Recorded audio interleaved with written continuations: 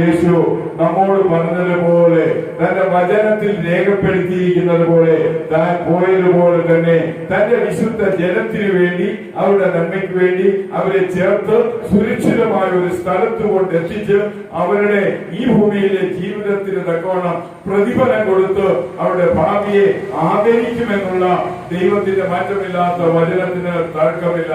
കർത്താവിൽ പ്രിയ ദൈവമക്കളെ, അതുകൊണ്ട് നമ്മുടെ ഈ വിശ്വാസം, നമ്മുടെ ഈ വിശ്വാസ ജീവിതം, നമ്മുടെ ഈ ആത്മീയ ജീവിതം ഒരിക്കലും നിഷ്ഫലമായി പോകാതിരിക്കട്ടെ, ഒരിക്കലും പ്രയോജനം ഇല്ലാത്ത ഒന്നായി തീരാതിരിക്കട്ടെ, ഒരിക്കലും ഗുണം നഷ്ടപ്പെട്ടു പോകുന്ന ഒന്നായി തീരാതിരിക്കാൻ നമ്മളാലാവുന്നിടത്തോളം ഈ ജീവിതത്തിൽ നമ്മൾ ശ്രദ്ധ കേന്ദ്രീകരിക്കണമെന്ന് കർത്താവായ യേശുക്രിസ്തുവിന്റെ നാമത്തിൽ ഞാൻ ഓർപ്പിച്ചുകൊണ്ട് ദൈവവചനത്തിലേക്ക് നമ്മൾ ഒരുമിച്ച് കടന്നു പോവുകയാണ്. പ്രിയ വാത്സല്യമുള്ള ദൈവമക്കളെ, അപ്പോസ്തലനായ പൗലോസ് കൊരിന്ത് പട്ടണത്തിലെ ദൈവത്തിന്റെ സഭയ്ക്ക് എഴുതിയ തന്റെ ആദ്യത്തെ ലേഖനം 9-ാം അധ്യായം 24 മുതൽ 27 വരെയുള്ള വാക്യങ്ങളാണ് ഇന്ന് പൽക്കാലം നമ്മൾ ചിന്തയ്ക്ക് ആധാരമായി തിരഞ്ഞെടുത്തിരിക്കുന്നത്.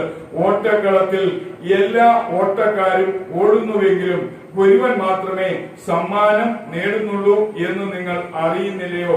നിങ്ങളും സമ്മാനം നേടുവാൻ തക്കവണ്ണം ഓടുവിൻ. പ്രിയ വാത്സല്യമുള്ള ദൈവമക്കളെ, നമ്മളുടെ ക്രിസ്തീയ ജീവിത വിശ്വാസം നയിക്കുന്നവരാണ്. പക്ഷേ നമ്മളൊരു ഓട്ടക്കളത്തിലാണ് ആയിരിക്കുന്നത്. നമ്മള് ഓടി ജയിക്കണം, ഓടി തോറ്റുപോകരുത്.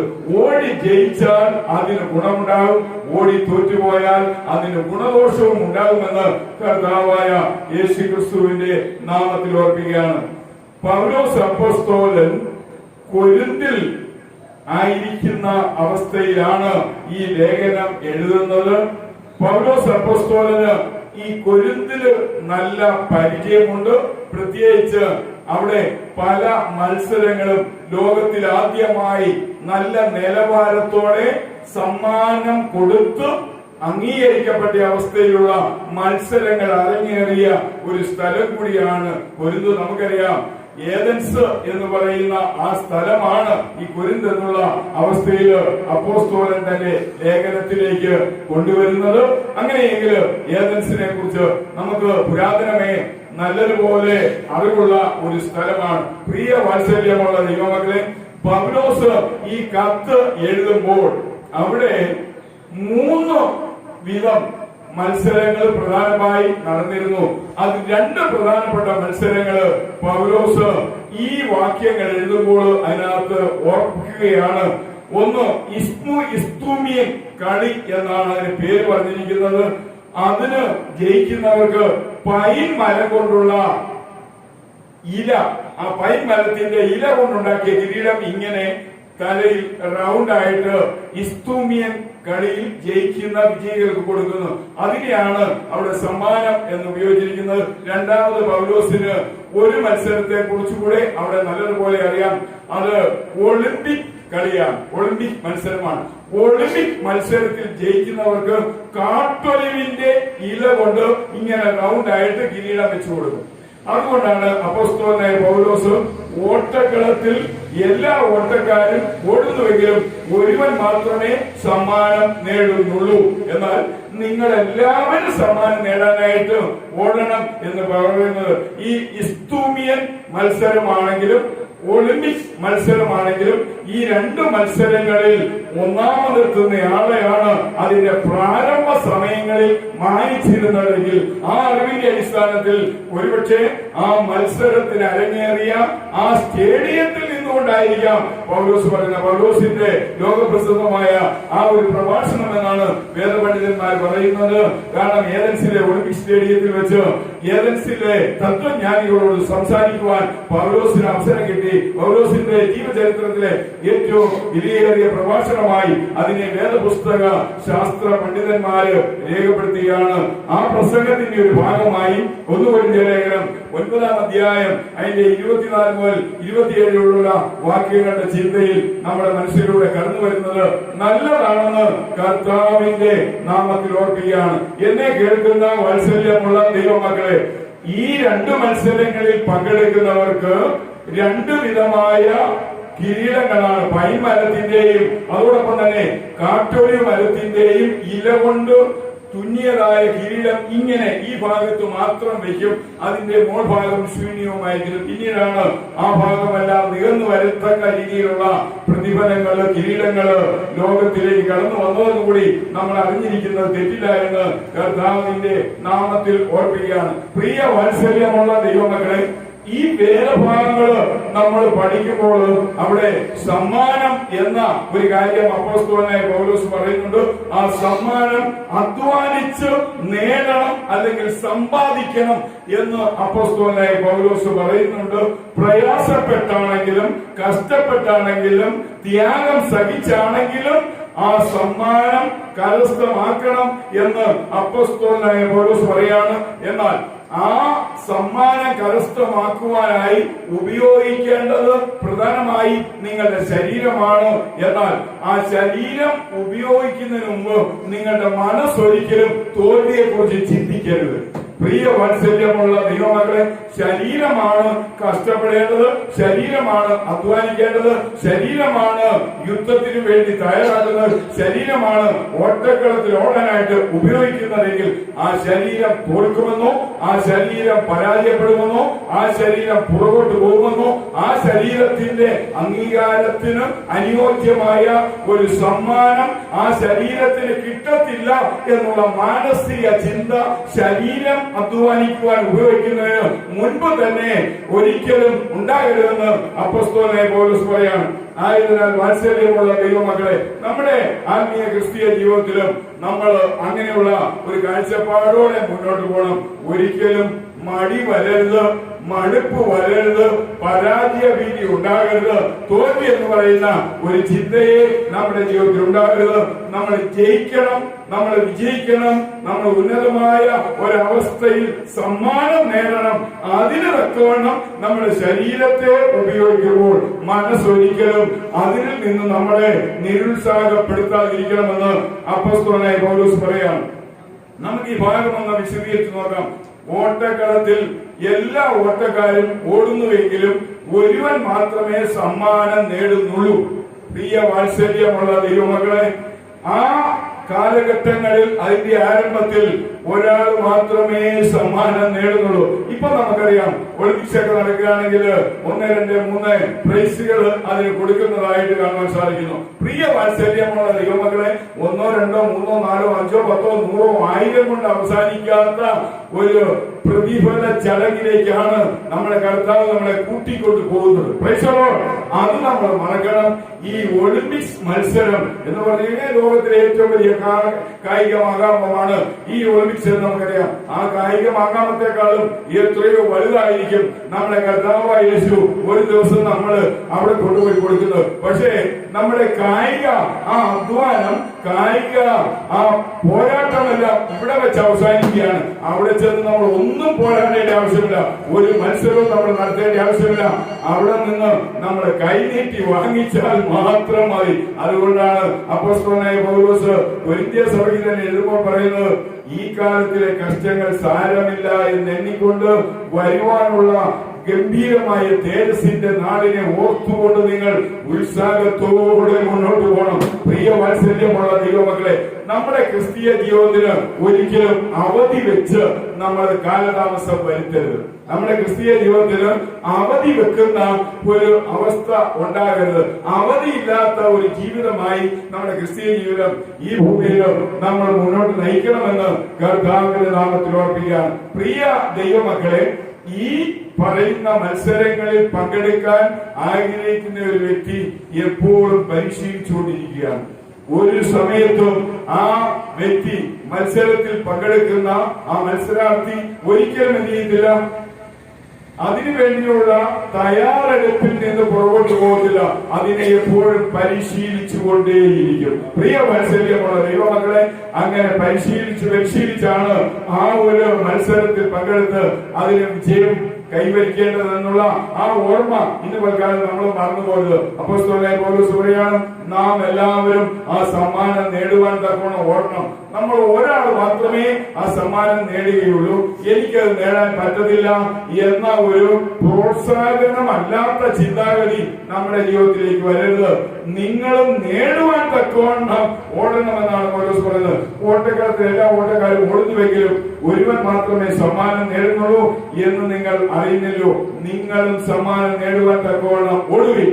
അതുകൊണ്ട് പ്രിയ ദൈവമക്കളെ, നമ്മളാരും പുറകോട്ട് പോകരുത്, നമ്മളാരും നിരുത്സാഹപ്പെടരുത്, നമ്മളാരും പരാജയ ഭീതിയിൽ അകപ്പെട്ടു പോകരുത്. നമ്മൾ വിജയത്തിന്റെ അവസ്ഥയെ മാത്രം മുന്നിൽ കണ്ടുകൊണ്ട് ധൈര്യത്തോടെ ഉന്മേഷത്തോടെ നമ്മൾ മത്സരത്തിൽ പങ്കെടുത്ത് വിജയിക്കണം. ഞാൻ ഒരിക്കലും വിജയിക്കാതെ ഇരിക്കത്തില്ല എന്നൊരു ചിന്താഗതിയെ വരരുതെന്ന് കർത്താവിന്റെ നാമത്തിൽ ഞാൻ ഓർപ്പിക്കുകയാണ്. ഈ അടുത്ത വാക്യത്തിൽ പറയുമ്പോൾ മത്സരിക്കുന്ന ഓരോരുത്തരും സകല കാര്യങ്ങളിലും ആത്മനിയന്ത്രണം അഭ്യസിക്കുന്നു. അവിടെ ഒരു നിയന്ത്രണമുണ്ട്. പ്രിയ വാത്സല്യമുള്ള ദൈവമക്കളെ, ആത്മനിയന്ത്രണവും ശരീര നിയന്ത്രണവും ഉണ്ട്. കാരണം ഒരു ഒളിമ്പിക്സ് മത്സരത്തിൽ പങ്കെടുക്കുന്ന വ്യക്തിക്ക് ശരീര നിയന്ത്രണമുണ്ട് എന്ന് പറഞ്ഞു കഴിഞ്ഞാൽ ആ മത്സരത്തിന് ഒരിക്കലും തന്റെ ശരീരത്തെ നിരുത്സാഹപ്പെടുത്തി പുറകോട്ട് പിന്നോട്ട് തോൽവിയിലേക്ക് പരാജയത്തിലേക്ക് കൊണ്ടെത്തിക്കുന്ന അവസ്ഥയ്ക്ക് വേണ്ടിയുള്ള ഭക്ഷണം കഴിക്കത്തില്ല. കാരണം ആ ശരീരം നല്ലതുപോലെ മത്സരിക്കുവാൻ തക്കവണ്ണം ആ ശരീരം ഒരുക്കത്തോടെ മുന്നേറുവാൻ അതിന് സഹായിക്കുന്ന ആഹാരമേ കഴിക്കത്തുള്ളൂ. പ്രിയ വാത്സല്യമുള്ള ദൈവമക്കളെ, ഇത് തന്നെയാണ് നമ്മുടെ ശരീര നിയന്ത്രണം എന്ന് വേദപുസ്തകത്തിൽ ആത്മീയ വിശ്വാസികളായ നമ്മളോട് പറയുന്നത്. നമ്മുടെ ആത്മീയ ക്രിസ്തീയ ജീവിതത്തില് നമുക്ക് യോഗ്യമല്ലാത്ത ഒരാഹാരവും കഴിക്കരുത്, യോഗ്യമല്ലാത്ത ആഹാരം കഴിക്കരുതെന്ന് ഞാൻ ഇവിടെ പറയുമ്പോൾ ഓരോന്നെടുത്ത് പറയേണ്ട ആവശ്യമില്ല. നമ്മുടെ ശരീരത്തിന് മാന്യമായ പോഷകാഹാരം കിട്ടുന്ന ആഹാരം നമ്മൾ കഴിക്കാം. എന്നാൽ ശരീരത്തിന് ദോഷം വരുത്തുന്ന, നമ്മുടെ നിലവാരത്തെ താഴോട്ട് കളയുന്ന, നമ്മൾ ആരാണെന്നുള്ള അവസ്ഥയെ ചോദ്യം ചെയ്യപ്പെടേണ്ടി വരുന്ന ആഹാരങ്ങൾ ഒരിക്കലും നമ്മൾ ഉപയോഗിക്കരുത്. പ്രിയ വാത്സല്യമുള്ള ദൈവമക്കളെ, യോഗ്യമായ ഭക്ഷണം കഴിച്ച് ശരീരത്തെ ഈ മത്സരത്തിൽ പങ്കെടുക്കുന്ന വ്യക്തി എപ്പോഴും ഉത്സാഹിപ്പിച്ച് മുന്നോട്ട് വരുന്നത് പോലെ നമ്മളും ആയിരിക്കണമെന്ന് കർത്താവിന്റെ നാമത്തിൽ ഓർക്കുകയാണ്. ശരീര നിയന്ത്രണമുണ്ട്, ആത്മനിയന്ത്രണമുണ്ട്. ശരീര നിയന്ത്രണം എന്ന് പറയുമ്പോൾ അതിന് ഭക്ഷണ പദാർത്ഥങ്ങൾ അനുയോജ്യമായി കൊടുത്ത് ശരീരത്തെ നിയന്ത്രിക്കാം. ആത്മനിയന്ത്രണം എന്ന് പറയുമ്പോൾ അത് പിന്നോക്കം പുറകോട്ട് പോകുന്ന ഒരു പരാജയത്തിന്റെ അവസ്ഥയിലേക്ക് മടുപ്പ് തോന്നുന്ന ഒന്നിനെയാണ് ഇവിടെ ആത്മനിയന്ത്രണവുമായുള്ള ബന്ധത്തിന് ആ വാക്ക് ഫോക്കസ് ചെയ്യുന്നത്. അതുകൊണ്ട് പ്രിയ വാത്സല്യമുള്ള ദൈവമക്കളെ, നമ്മുടെ ശരീരത്തിന് അല്പം ക്ഷീണമുണ്ടെങ്കിലും നമ്മുടെ മനസ്സ് അതിനെ പ്രോത്സാഹിപ്പിക്കണം. നമ്മുടെ ശരീരത്തിന് അല്പം പ്രയാസമുണ്ടെങ്കിലും മനസ്സ് അതിനെ താങ്ങണം, അല്ലേ? പൗലോസ് അപ്പോസ്തലൻ മറ്റൊരു വാക്ക് പറയാണ്, ആത്മാവ് ഒരുക്കമുള്ളതാണ്, പക്ഷെ ജഡം ബലഹീനമാണ്. ജഡം ബലഹീനമാണെങ്കിലും ആത്മാവിന്റെ ഒരുക്കം ബലഹീനമായ ജഡത്തെ ആത്മാവിന്റെ ഒരുക്കത്തോടൊപ്പം മുന്നോട്ട് നയിക്കുവാൻ സഹായിക്കും. അതുകൊണ്ട് പ്രിയ വാത്സല്യമുള്ള ദൈവമക്കളെ, നമ്മുടെ ജീവിതത്തിൽ നമ്മൾ ആ ഒരു മഹനീയമായ സമയത്തിന് വേണ്ടി, ആ ഒരു ശ്രേഷ്ഠകരമായ സമ്മാനത്തിന് വേണ്ടിയാണ് നമ്മുടെ ഈ ഭൂമിയിലെ ക്രിസ്ത്യ ജീവിതം മരിക്കുക. അതുകൊണ്ട് ഒരിക്കലും നമ്മൾ പുറകോട്ട് പോകരുത്, അവധി വയ്ക്കരുത്. ഈ കാര്യം നിങ്ങൾ മറന്നുപോകരുത്. പുറകോട്ട് പോകരുത്, അവധി വയ്ക്കരുത്. പ്രിയ ദൈവമക്കളെ, ആവുന്നിടത്തോളം, ആകാവുന്നിടത്തോളം, പോകാവുന്നിടത്തോളം, ഓടാവുന്നിടത്തോളം, നടക്കാവുന്നിടത്തോളം, ചിന്തിക്കാവുന്നിടത്തോളം, പ്രവർത്തിക്കാവുന്നിടത്തോളം നമ്മൾ പോകണം. നമ്മളാലാവുന്നിടത്തോളം നമ്മൾ അങ്ങനെ മുന്നോട്ട് പോയില്ല എങ്കിൽ അത് നമ്മുടെ ജീവിതത്തില് പ്രതിഫല ദിവസത്തിൽ നമ്മളെ അഭിമാനാവസ്ഥയിൽ ഉയർത്തുകയില്ല. പ്രിയ വാത്സല്യമുള്ള ദൈവമക്കളെ, നമ്മുടെ ജീവിതം ആനന്ദകരമായി മുന്നോട്ട് പോകട്ടെ. മത്സരത്തിൽ ഓരോരുത്തരും സകല കാര്യങ്ങളിലും ആത്മനിയന്ത്രണം അഭ്യസിക്കുന്നു. അവർ വാഴുന്ന കിരീടം നേടുന്നു. പ്രിയ വാത്സല്യമുള്ള ദൈവമക്കളെ, ഇസ്പീനിയൻ കളിയിൽ ഓടുന്ന അല്ലെങ്കിൽ കളിക്കുന്ന മത്സരിക്കുന്ന വ്യക്തിക്ക് പൈൻ മരത്തിന്റെ ഇല കൊണ്ടുള്ള ഈ റൗണ്ടായ കിരീടം വെക്കുന്നു. ഒളിമ്പിക്സ് പങ്കെടുക്കുന്നവർക്ക് കാട്ടൊലിവിന്റെ ഇല കൊണ്ടുണ്ടാക്കിയ റൗണ്ട് കിരീടം വെക്കുന്നു. ഇത് രണ്ടും വാടിപ്പോകുന്നതാണ്. കൊടുക്കുന്ന സമയം നല്ല ഫ്രഷായിരിക്കും. കൊടുക്കുന്ന സമയം ആ പച്ചപ്പ് മാറാത്ത അവസ്ഥയിലായി കുറച്ച് കഴിയുമ്പോൾ അത് കരയിൽ നിന്നെടുത്ത് അത് ഒരു സ്ഥലത്ത് കൊണ്ടുവച്ച് പിന്നീട് നോക്കുമ്പോൾ, അടുത്ത ദിവസം പോലും നോക്കുമ്പോൾ അതിന്റെ എല്ലാ അഴകും എല്ലാ ഭംഗിയും എല്ലാ സൗന്ദര്യവും കുറഞ്ഞ് താഴോട്ട് പോയിക്കൊണ്ടിരിക്കും. പ്രിയ വാത്സല്യമുള്ള ദൈവമക്കളെ, അപ്പോസ്തലനായ പൗലോസ് പറയാണ്, ഈ മത്സരത്തിൽ പങ്കെടുക്കുന്നവർക്ക് ആ സമയം ജനങ്ങൾ കൂടി നിൽക്കുന്ന സദസ്സിൽ വെച്ച്, ലോക പ്രതിനിധികൾ കൂടി നിൽക്കുന്ന സദസ്സിൽ വെച്ച് അത് കൊടുക്കുമ്പോൾ, അത് വാങ്ങുമ്പോൾ അവർക്ക് വളരെ സന്തോഷകരമാണ്. പിന്നീട് അത് വാങ്ങിപ്പോയാലും ഒന്നും പ്രശ്നമില്ല. എന്നാൽ പ്രിയ ദൈവമക്കളെ, ഒരിക്കലും വട്ടം തട്ടാത്ത പ്രതിഫലമാണ് നമ്മളെ കാത്തിരിക്കുന്നത്.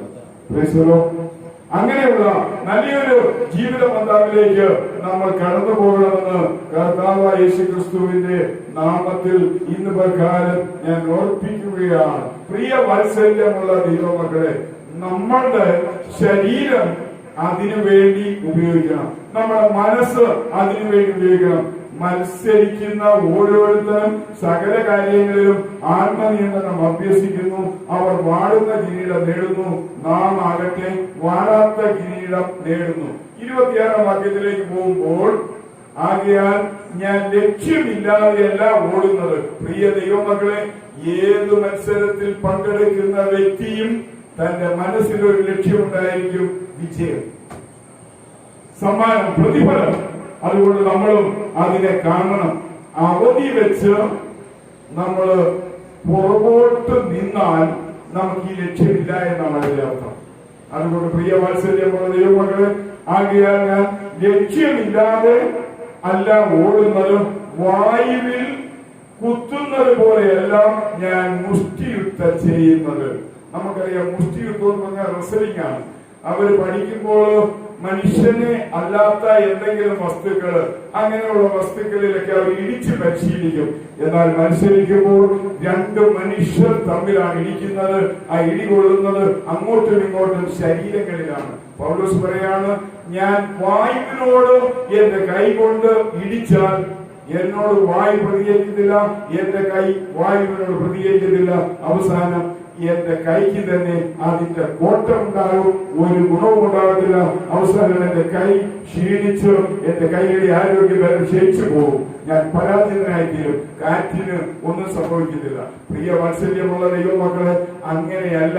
പൗലോസ് പറയാണ്, ഞാൻ വായുവിനോട് മുഷ്ടിയുദ്ധം ചെയ്യുന്നത് പോലെയല്ല.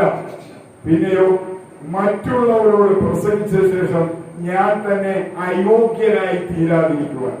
എനിക്ക് പ്രൈസ് കിട്ടാതെ പോയാൽ, എനിക്ക് സമ്മാനം കിട്ടാതെ പോയാൽ, എനിക്ക് കിരീടം കിട്ടാതെ പോയാൽ, എനിക്ക് റിവാർഡ് കിട്ടാതെ പോയാൽ എന്താണ് പ്രയോജനം? പ്രിയ ദൈവമക്കളെ, അതുകൊണ്ട് കിട്ടാൻ തക്കവണ്ണം നിങ്ങൾ ഇന്നലെ വൈകുന്നേരം കണ്ടു കാണുമല്ലോ. എനിക്ക് തോന്നുന്നു കൊല്ലം ജില്ലയില വിഷു ബമ്പർ 12 കോടി അടിച്ചത്. ആ മനുഷ്യനെ കണ്ടാൽ നമുക്കറിയാം, ഒരു മാർഗവും ഇല്ലാത്തൊരു സാധുവായ മനുഷ്യൻ. ആ മനുഷ്യൻ ഒരു ലോട്ടറി കച്ചവടക്കാരനാണ്. അദ്ദേഹത്തിന്റെ ആ മുഖഭാവം, ശരീരഭാവം, വസ്ത്രധാരണങ്ങൾ ഒന്നുമില്ലാത്തൊരു സാധുവായ മനുഷ്യൻ. എന്നാണെങ്കിലും അദ്ദേഹത്തിന് ഇന്നലത്തെ നറുക്കെടുപ്പിൽ 12 കോടി അടിച്ചു. എന്നിട്ടും അദ്ദേഹത്തിന് ചിരിയൊന്നും നമ്മൾ കാണുന്നില്ല. അദ്ദേഹത്തിന്റെ ഭാര്യ അടുത്തുള്ള ചിരി നന്നായിട്ട് ഇരിക്കുന്നുണ്ട്. കാരണം വീടിന്റെ ഒന്ന് പണി ചെയ്ത് കേൾക്കണമെന്നാണ് ഭാര്യ പറയുന്ന ഒരു ന്യൂസും കണ്ടത്. പ്രിയ വാത്സല്യമുള്ള ദൈവമക്കളെ, ഒരിക്കലും അദ്ദേഹം തനിക്ക് ഇങ്ങനെ ഒരു ടിക്കറ്റ് അടിക്കുമെന്ന് വിറ്റതിന്റെ ബാക്കി ഇരുന്നതാണ്. വിറ്റതിന്റെ ബാക്കി ഇരുന്നാണ്. തനിക്ക് ഇങ്ങനെ ഒന്നും ഉണ്ടാകുമെന്ന് താൻ ഒരിക്കലും പ്രതീക്ഷിച്ച് കാണത്തില്ല. എന്നാൽ ഒരു കാലഘട്ടത്തിൽ താൻ ഈ ഒരു അവസ്ഥയിൽ നിന്നൊക്കെ ഉദ്ധരിക്കപ്പെടുന്ന ഒരു തോന്നൽ തന്റെ ഉള്ളത്തിലുണ്ടാകാം. പ്രിയ വാത്സല്യമുള്ള ദൈവമുണ്ട്. എന്താണെങ്കിലും ആ ലക്ക് ഇന്നലെ അദ്ദേഹത്തിന്റെ നമ്പറിലേക്ക് ചെന്നു എന്നുള്ള കാര്യം അദ്ദേഹത്തിന് സന്തോഷകരമായി. നമ്മുടെ ജീവിതത്തില് നമ്മൾ അങ്ങനെയൊന്നും ആയിരിക്കും. എന്തെങ്കിലും ഒരു ലക്ക് എനിക്ക് ഉണ്ടാകും എന്നുള്ള രീതിയിലാണ് ഉറപ്പാണ്. പൗലോസ് പറയുന്നത്, മറ്റുള്ളവരോട് പ്രസംഗിച്ച ശേഷം ഞാൻ തന്നെ അയോഗ്യനായി തീരാതിരിക്കേണ്ടതിന്. ഞാൻ ഈ ജോലി ചെയ്തിട്ട് എനിക്ക് കൂലി കിട്ടാതെ എന്നെ ഉപേക്ഷിക്കുകയാണെങ്കിൽ എന്തെങ്കിലും പ്രയോജനമുണ്ടോ? അതുകൊണ്ട് മറ്റുള്ളവരോട് പ്രസംഗിച്ച ശേഷം ഞാൻ തന്നെ അയോഗ്യനായി തീരാതിരിക്കുന്നതിന് എന്റെ ശരീരത്തെ ഞാൻ ദണ്ഡിപ്പിച്ചടിമയാകുന്നു. അതുകൊണ്ട് തന്റെ അധ്വാനം കൂലിക്ക് വേണ്ടിയാണ്, തന്റെ ജോലി കൂലിക്ക് വേണ്ടിയാണ്, തന്റെ പ്രയത്നം കൂലിക്ക് വേണ്ടിയാണ്, തന്റെ എല്ലാ ചെയ്തികളും ഒരു വലിയ പ്രതീക്ഷയോടെയാണ്. പ്രിയ ദൈവമക്കളെ, നമ്മുടെ ക്രിസ്തീയ ജീവിതത്തില് നമ്മൾ ലാഘവത്തോടെ ഒന്നിനെയും കാണരുത്, നമ്മൾ നിസ്സാരമായി ഒന്നിനെയും കാണരുത്. ഈ ഭൂമിയിൽ ഏതെങ്കിലും ഒരു കുടിവരവ്, ഒരു കൂട്ടായ്മ, ഒരു ബന്ധം എന്നതല്ല നമ്മുടെ ഈ പള്ളിയുമായുള്ള ക്രിസ്തീയ ആത്മീയ വിശ്വാസ ജീവിതത്തിന്റെ കാതൽ. എനിക്ക് വലിയ ഒരു അനുഗ്രഹത്തിന്റെ സമയമുണ്ട്. പ്രിയ ദൈവമക്കളെ, ഇവിടെ നമുക്ക് ഇച്ചിരി പ്രയാസവും ബുദ്ധിമുട്ടും ഒക്കെ ആണെങ്കിലും ഇതിനെല്ലാം കണക്ക് തീർക്കുന്ന ഒരു സമയമുണ്ട്. അതുകൊണ്ട് പ്രിയ വാത്സല്യമുള്ള ദൈവമക്കളെ, ഒരു മനുഷ്യനും നമുക്കുള്ളത് കൊണ്ടുപോകത്തില്ല അവരെ. കാരണം ഇവിടെ നമ്മുടെ ആരെങ്കിലും ഒക്കെ തട്ടിപ്പറിച്ചോണ്ട് പോയത് വരാം.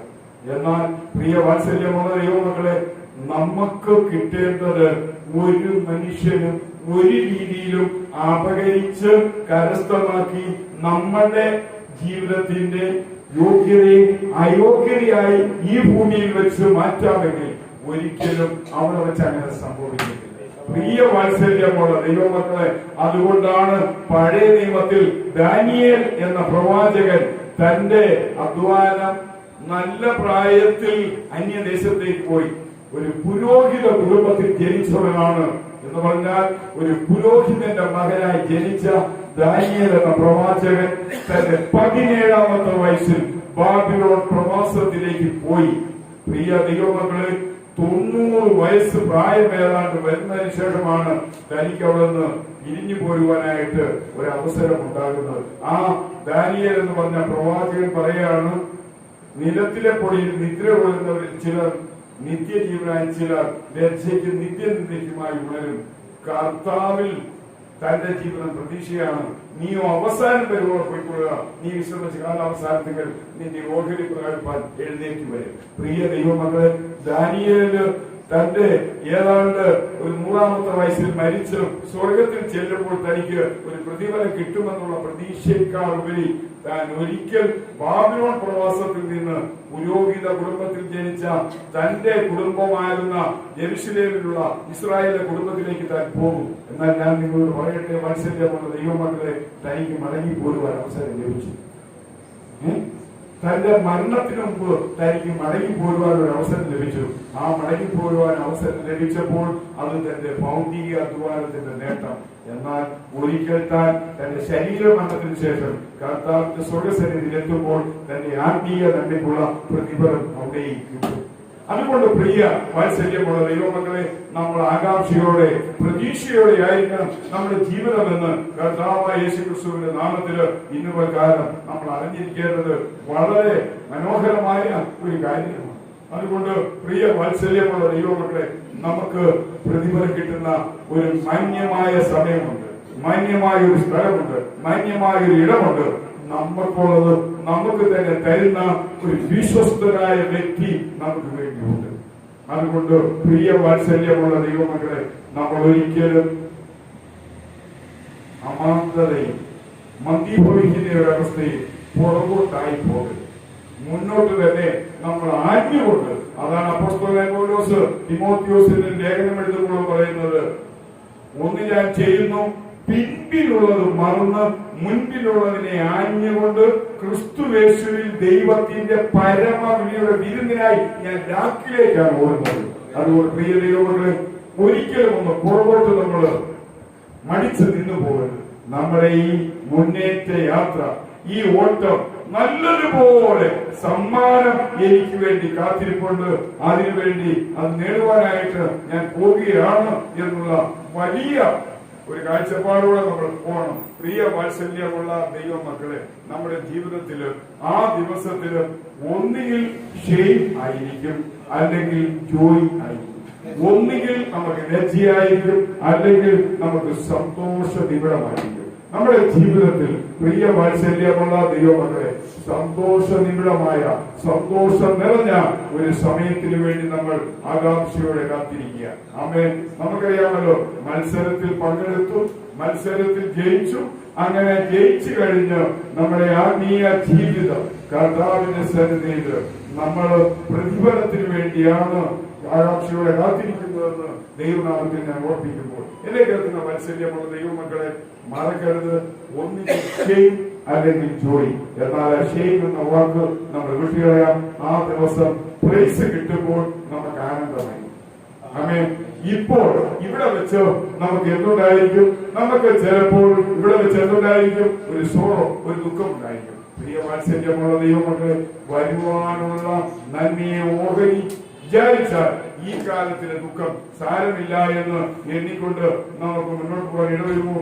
അപ്പോസ്തലനായ പൗലോസ് ഫിലിപ്പിയ ലേഖനത്തില് ഇങ്ങനെയാണ് തന്റെ കാര്യങ്ങൾ താൻ പറയുന്നത്. അപ്പോസ്തലനായ പൗലോസ് ഫിലിപ്പിയ ലേഖനം 2-ാം അധ്യായത്തിൽ ഇങ്ങനെയാണ് പറയുന്നത്: അതുകൊണ്ട് ദൈവവും അവനെ ഏറ്റവും അധികം ഉയർത്തി സകല നാമങ്ങളിലും ശ്രേഷ്ഠമായ നാമം അവന് നൽകി. പ്രിയ ദൈവമക്കളെ, ക്രൂശിലെ മരണത്തോളം സഹിച്ച് ക്ഷമിച്ച് നല്ല ദുഃഖത്തിലും കഷ്ടതയിലും സങ്കടത്തിലും ഭാരത്തിലും പ്രയാസത്തിലും വേദനയിലും കൂടെ കർത്താവായ യേശു കടന്നുപോയെങ്കിൽ അവസാനം കർത്താവായ യേശുവിനെ സകല നാമത്തിലും മേലായ നാമത്തിൽ ഉയർത്തി ഉന്നതിയിൽ എത്തിച്ചപ്പോൾ ആ യേശുവിന് കിട്ടിയ ഭാഗ്യകരമായ അനുഭവം എന്നാണ്. അതുകൊണ്ട് പ്രിയ വാത്സല്യമുള്ള ദൈവമക്കളെ, നമ്മുടെ ജീവിതത്തിൽ നമ്മൾ ആ കാഴ്ചപ്പാടോടെ മുന്നോട്ട് പോകണം. ഓട്ടക്കാലത്തിൽ എല്ലാ ഓട്ടക്കാരും ഓടുന്നുവെങ്കിലും ഒരുവൻ മാത്രമേ സമ്മാനം നേടുന്നുള്ളൂ എന്ന് നിങ്ങൾ അറിയുന്നില്ലയോ? നിങ്ങളും സമ്മാനം നേടുവാൻ തക്കോളം ഓടുകയും നമ്മളും സമ്മാനം നേടും, അതിനായിട്ടാണ് ഓടുന്നത്, അവന് മാത്രമേ കിട്ടത്തുള്ളൂ എന്നൊരു നിരാശ ചിന്ത നമ്മുടെ ജീവിതത്തിൽ ഉണ്ടാകാൻ പാടില്ല. അവസാനം മറ്റുള്ളവരോട് പ്രസംഗിച്ച ശേഷം ഞാൻ തന്നെ അയോഗ്യനായി തീരാതിരിക്കാത്തതിന് എന്റെ ശരീരത്തെ ഞാൻ ദണ്ഡിപ്പിച്ച് അടിമയാക്കുന്നു. ഈ ശരീരത്തിന് ഈ ഭൂമിയിൽ വെച്ച് ഇച്ചിരി ത്യാഗം സഹിക്കേണ്ടി വന്നാൽ, ഇച്ചിരി വേദന സഹിക്കേണ്ടി വന്നാൽ, ഇച്ചിരി ക്ലേശം സഹിക്കേണ്ടി വന്നാൽ, ഇച്ചിരി പ്രയാസ പീഡനം സഹിക്കേണ്ടി വന്നാൽ അതൊന്നും സാരമല്ല. എനിക്ക് കിട്ടാൻ പോകുന്നത് ഈ ശരീരത്തിന്റെ ഈ കാലത്തിലെ ക്ലേശത്തിലുള്ള പ്രതിഫലമാണ്. അതുകൊണ്ടാണ് പ്രിയ വാത്സല്യമുള്ള ദൈവമക്കളെ, നമ്മുടെ ഈ ഭൂമിയിലെ ജീവിതത്തിൽ ഈ ശരീരം ക്ലേശിപ്പിച്ച് കർത്താവിന് വേണ്ടി, ദൈവത്തിന് വേണ്ടി, യേശുവിന് വേണ്ടി ജീവിതം നയിച്ചാൽ ഈ ശരീരത്തെ മാനിക്കുന്ന ഒരു ദിവസമുണ്ട്. ഹല്ലേലൂയ. വീണ്ടും ഞാൻ പറയട്ടെ, ഒളിമ്പിക് മത്സരത്തിൽ പങ്കെടുക്കുന്ന വിജയിക്ക് അവന്റെ തലയിലാണ് കിരീടം വെച്ചു കൊടുക്കുന്നത്. നമ്മൾ കാണുന്നതല്ലേ ലോകത്തിലെ, അല്ലെങ്കിൽ നമ്മുടെ നാട്ടിൽ തന്നെ ഒരു മത്സരത്തിൽ ജയിക്കുന്ന വ്യക്തിക്ക് സ്വർണ്ണ മെഡലോ വെള്ളി മെഡലോ ബ്രോൺസ് മെഡലോ ഒക്കെ ആ സമയത്ത് ഇട്ടുകൊടുക്കുന്നത് നമ്മൾ കാണുന്നതല്ലേ, കഴുത്തിൽ ഇട്ടുകൊടുക്കുകയാണ്. അപ്പോൾ അതവർക്ക് എത്ര ആനന്ദകരമാണ്. എന്നാൽ ഒളിമ്പിക്സ് വിജയിക്ക് അവന്റെ തലയിൽ വെക്കുന്നുവെങ്കിൽ പ്രിയ വാത്സല്യമുള്ള ദൈവമക്കളെ, ഇതെല്ലാം നമ്മുടെ ശരീരത്തിലേക്കാണ് വരുന്നത്. നമ്മൾ മറക്കരുത്, നമ്മുടെ കയ്യിലല്ല തരുന്നത്, ഇതെല്ലാം നമ്മുടെ ശരീരത്തിൽ അണിയിക്കാൻ.